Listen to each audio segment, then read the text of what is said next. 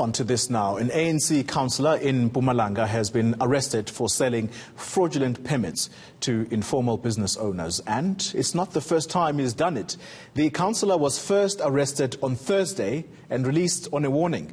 The next day, he was bussed in Hendrina doing the very same thing. He's now in police custody and has been suspended as a councillor. To discuss this, we're joined by acting Mpumalanga ANC Provincial Secretary Lindiwe Njalinjali. Ms. Njalinjali, thank you very much for your time.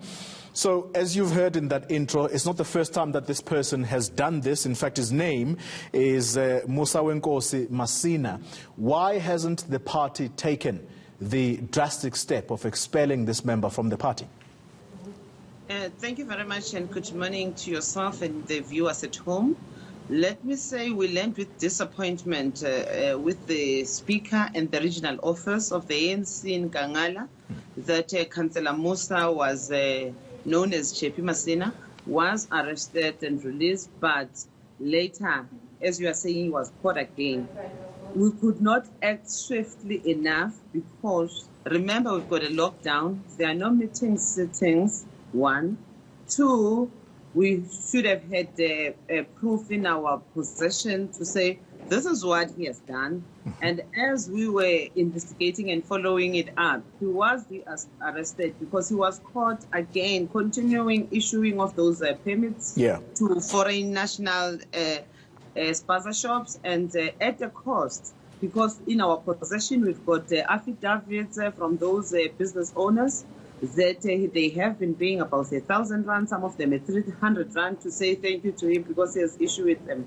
And hence we quickly had a teleconference because we are on the lockdown regulation as gazetted by the COGTA minister after the president has declared the national shutdown. Ms. Njalinjali, so can I just come in there for a sec? So you have the proof in front of you. You're saying you have evidence of the illegal permits he was issuing. You have affidavits from people who are saying under oath that indeed he's done this. Instead of suspending him, why not expel him? He's put the party's name into disrepute. He has done that, but remember, these days we've got our rights as people. Hence, we said we summarily suspend his membership, and then so that he follow the internal processes of the ANC, the disciplinary, because every person has a right to be, his case to be heard before the committee. As the acting provincial secretary consulted with the national office, we don't have the powers to expel immediately, but we follow constitution because even under these conditions, we cannot flout constitutional processes because we might be challenged and be taken to court. Hence, we're following it so that he be suspended, even at the level of council, to serve as a councillor has been suspended, and he will not be doing any council business or ANC business as the other part unfolds. So Ms. that he is touched. Ms. Njalinjali, the risk here is to the image of the party, which is already in tatters as a result of people like Mr. Masina. Why should the residents of Mpumalanga take the ANC's messaging around COVID-19 seriously? That is why we acted within 2 days of hearing this matter, because when we acted on this, it was a day after. They must take the ANC serious because we're saying to ourselves, we've got resolution, we've got our policies, we've got the constitution on how members of the ANC and degrees of the ANC should behave when they're in government. And corruption, we're really fighting it. But as we fight corruption, we cannot also breach other policies and laws that governs this country and our organization. Hence, we're saying where we are, he will be at home, not serving us. And we're trusting our committees of disciplinary committee that they will handle it matter with the agency it deserves, so that our people can see that we mean business. Nobody can take this matter of COVID as if it's a joke and play and money-making scheme or popularizing themselves. They will be dealt with harshly by the organization and our justice system. Ms. Njalinjali, you speak about corruption. Some say the ANC has become synonymous with corruption.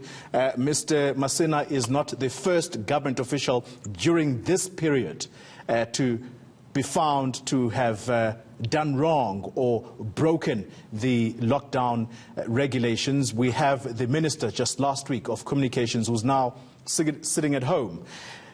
The ANC, again I ask you this question, but perhaps differently this time. Why should people take it seriously when it says it is the leader of society? Because you are clearly not.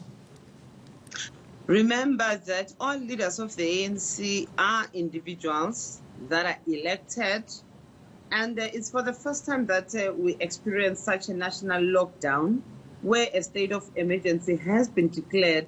And some of these leaders would think that if they can do or be relaxed on this, maybe they think it's fine. Hence, we're saying we want to show people that we mean business. It cannot be business as usual. This time, we must make sure that if they say we must stay at home, we must stay at home, we must comply, we must do it, because if not, we will never win this virus because it's going to spread a lot. But people must, the issue of saying we are the same, or when you talk about corruption, it's a known fact that ANC, those are allegations and they haven't been tested before the court of law. Ms. Njali, very briefly, I'm out of time. Why is this man sitting at home being under suspension as opposed to sitting in prison? Because he actually violated the law of the National Disaster Management Act. I must put it clear that the man has been arrested and detained in Hendrina police station, where a senior prosecutor has said he cannot grant him bail because he has breached these regulations. Where he is, he's still in detention. He has not been released. So where we are, we're saying, whether you're a councillor, you are the MP or an MPL, minister or mayor, if you breach this, you'll face the full might of law. All right. Thank you very much for your time. That's Lindiwe Njali. She is acting ANC Mpumalanga Secretary. South African